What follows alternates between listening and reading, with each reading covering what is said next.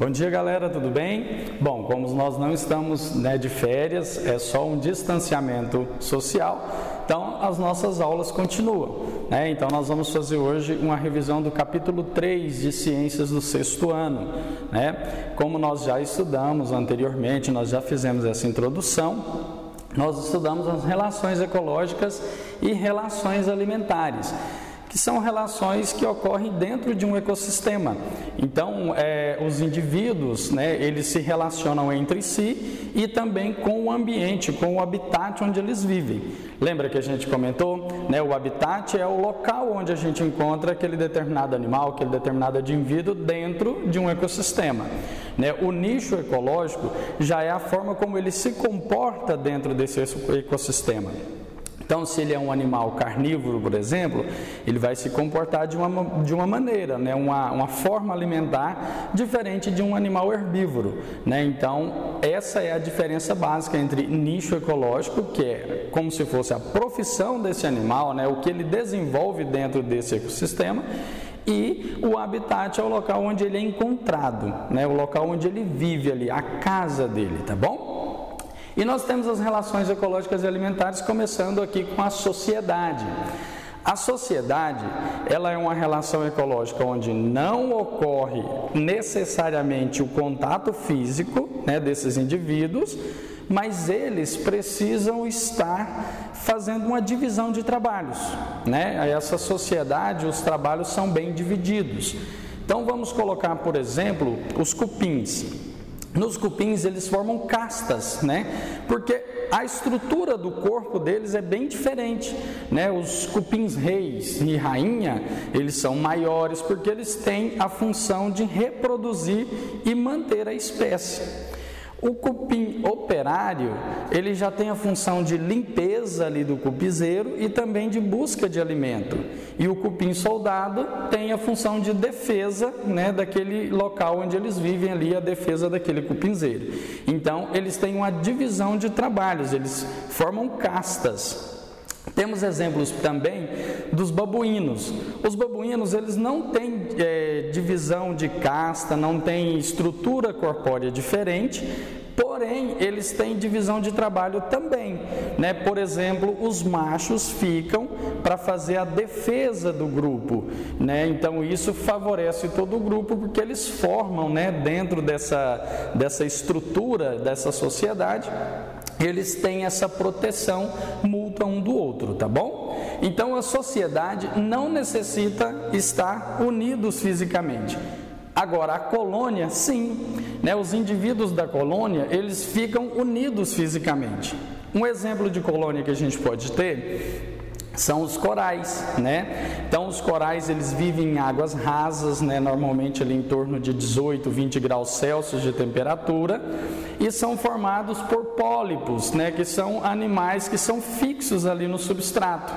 Então, esses animais que vivem fixos ali no substrato, eles estão unidos fisicamente um com o outro, E isso favorece, a relação deles e favorece a estabilização daquele ecossistema, tá bom? Outro exemplo de colônia que nós temos são as bactérias, As bactérias, elas vivem unidas fisicamente uma à outra.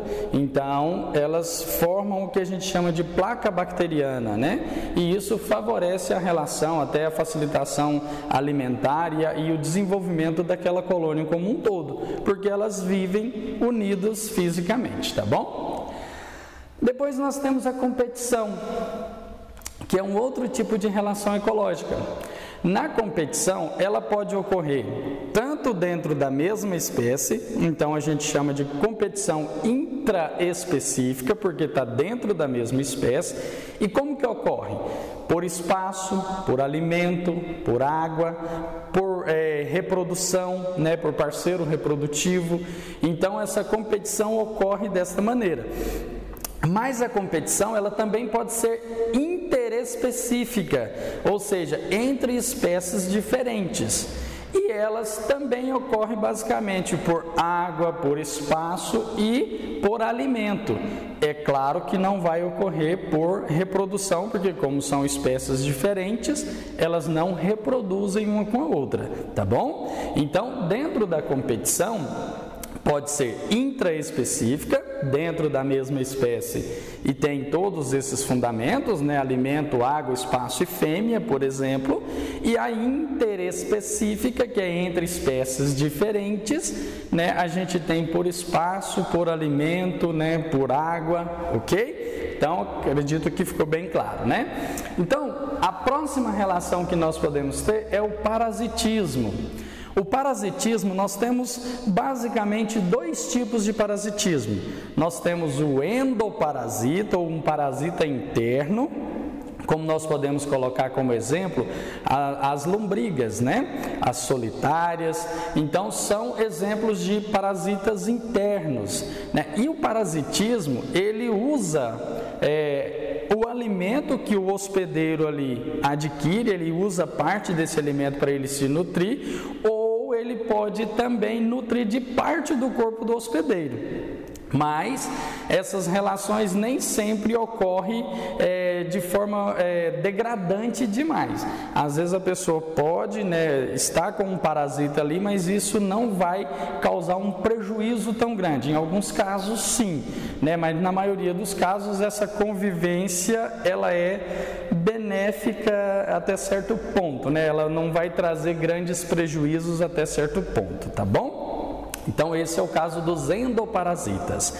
Então, como eu falei, as lombrigas e as tênias, né, as solitárias, elas absorvem parte do alimento que o hospedeiro, né, ingeriu, tá bom?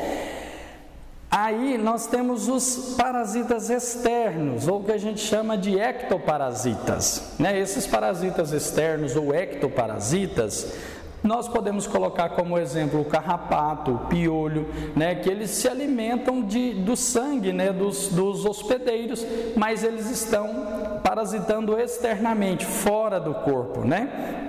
E isso modifica o tipo de relação, porque quando ele está dentro do corpo, ele usa parte do nutriente adquirido. Quando ele está fora do corpo, então ele vai alimentar normalmente do sangue desse hospedeiro, tá ok? E os parasitas, principalmente os endoparasitas, né, que são os parasitas internos, principalmente na faixa etária onde ainda é criança, que não tem muitos cuidados, né, com a higiene, pega nas coisas sem lavar as mãos, não lava os alimentos antes de comer, então há um risco de se adquirir esses parasitas internos, né? Esses vermes, né, que normalmente a gente, na fase aí de criança, adolescência, a gente acaba adquirindo, né? Na fase adulta é menos comum, porque a gente acaba tendo alguns cuidados maiores, né, em relação à alimentação e à higiene pessoal. Por isso, é muito importante lavar as mãos, não só em tempos de viroses, né, não só em tempo de coronavírus,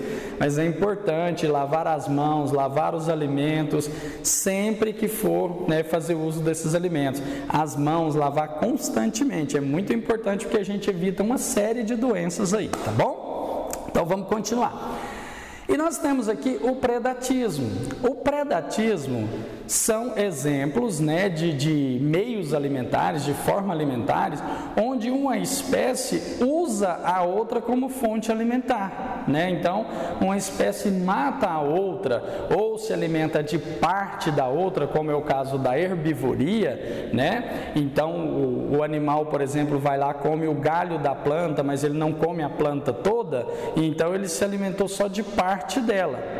Então, nesse caso aqui, por exemplo, a alimentação foi parcial, mas no predatismo, geralmente, o animal mata o outro para poder se alimentar. Lembrando, se o animal se alimentar de outro da mesma espécie, não é predatismo, é canibalismo. Aí é outra relação, tá bom? Não ocorre, não é muito comum, mas pode acontecer, tá bom? Então, no predatismo, eu tenho o exemplo a herbivoria, né, que são os animais herbívoros, que se alimentam de plantas e vegetais e produtores, né, da cadeia alimentar em geral, tá bom? Então, eles podem alimentar só de parte deles ou da planta toda. E nós temos dentro do predatismo a camuflagem e o mimetismo, que são mecanismos ou para se alimentar. No caso da camuflagem, por exemplo, né, o animal ele usa o ambiente, né, a estrutura corpórea, a sua coloração.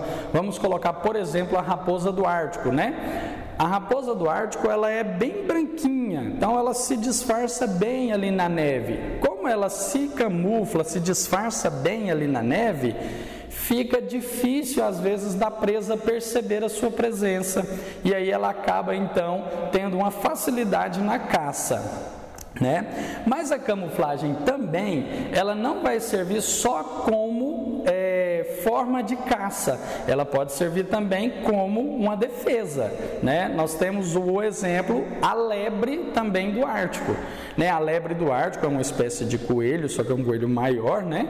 Ela é branquinha também, de acordo com a neve, bem da mesma cor, então ela acaba se escondendo na neve e o predador passa e não consegue perceber ela.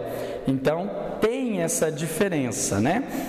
A camuflagem pode servir tanto como técnica para caça, porque o animal se disfarça no ambiente e a presa não percebe ele, como também pode, né, servir como uma defesa.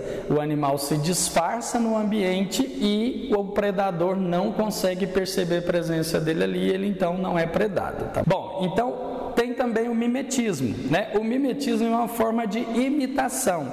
Ele normalmente serve para defesa, né? O que acontece? Nós temos, por exemplo, o tritão de dorso vermelho. Ele é um animal bastante venenoso, né? Uma espécie de lagarto, né? Ele é bastante venenoso. E nós temos a salamandra, que faz a mesma estrutura, ela também tem o dorso vermelho bem parecido com o tritão, porém ela não é venenosa. Mas o animal que percebe aquela coloração dela ali, entende, né, que ela também é venenosa e aí evita de predar, entendeu? Então o mimetismo ele serve mais como uma forma de defesa, tá bom? Outro exemplo que a gente pode colocar dentro do mimetismo é os animais, a cobra coral, por exemplo, né? A coral falsa, ela não possui veneno, a coral verdadeira possui veneno, mas a estrutura corpórea das duas é muito parecida. Então, como a estrutura corpórea delas é muito parecida, a coloração é a mesma, então a gente fica na dúvida quem tem veneno, quem não tem, e acaba evitando as duas, e é importante evitar mesmo, porque é um perigo, né?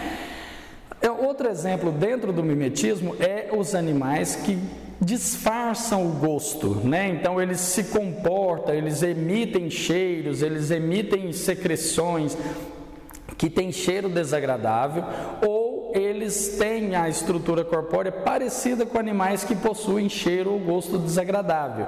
Isso afasta os predadores, né? Nós temos exemplo, por exemplo, da borboleta real, né, e a monarca.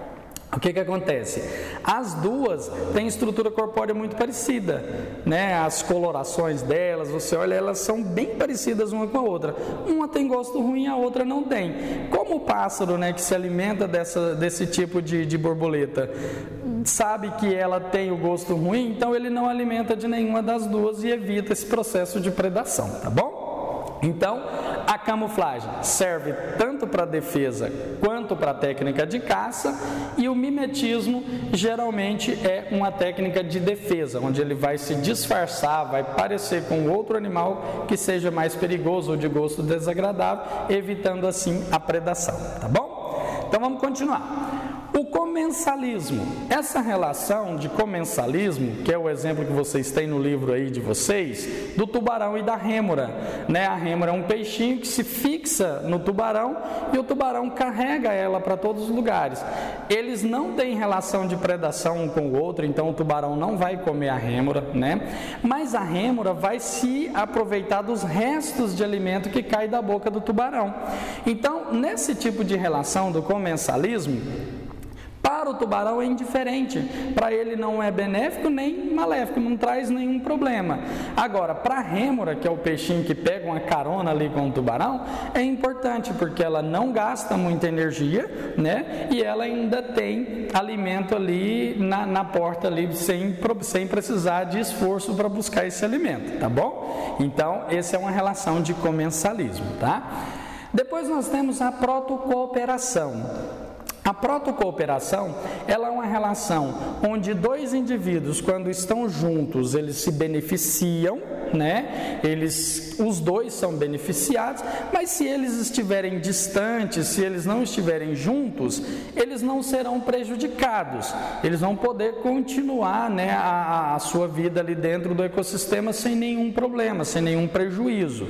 Nós colocamos, por exemplo, o exemplo da protocooperação, né, da capivara e do gavião.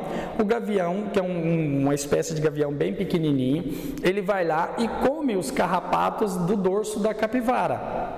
Então, nesse tipo de relação, ele alivia o incômodo que a capivara está sentindo por causa dos carrapatos, que está parasitando ela, né, retirando parte do sangue dela ali, alivia esse incômodo para ela, mas ele também se alimenta.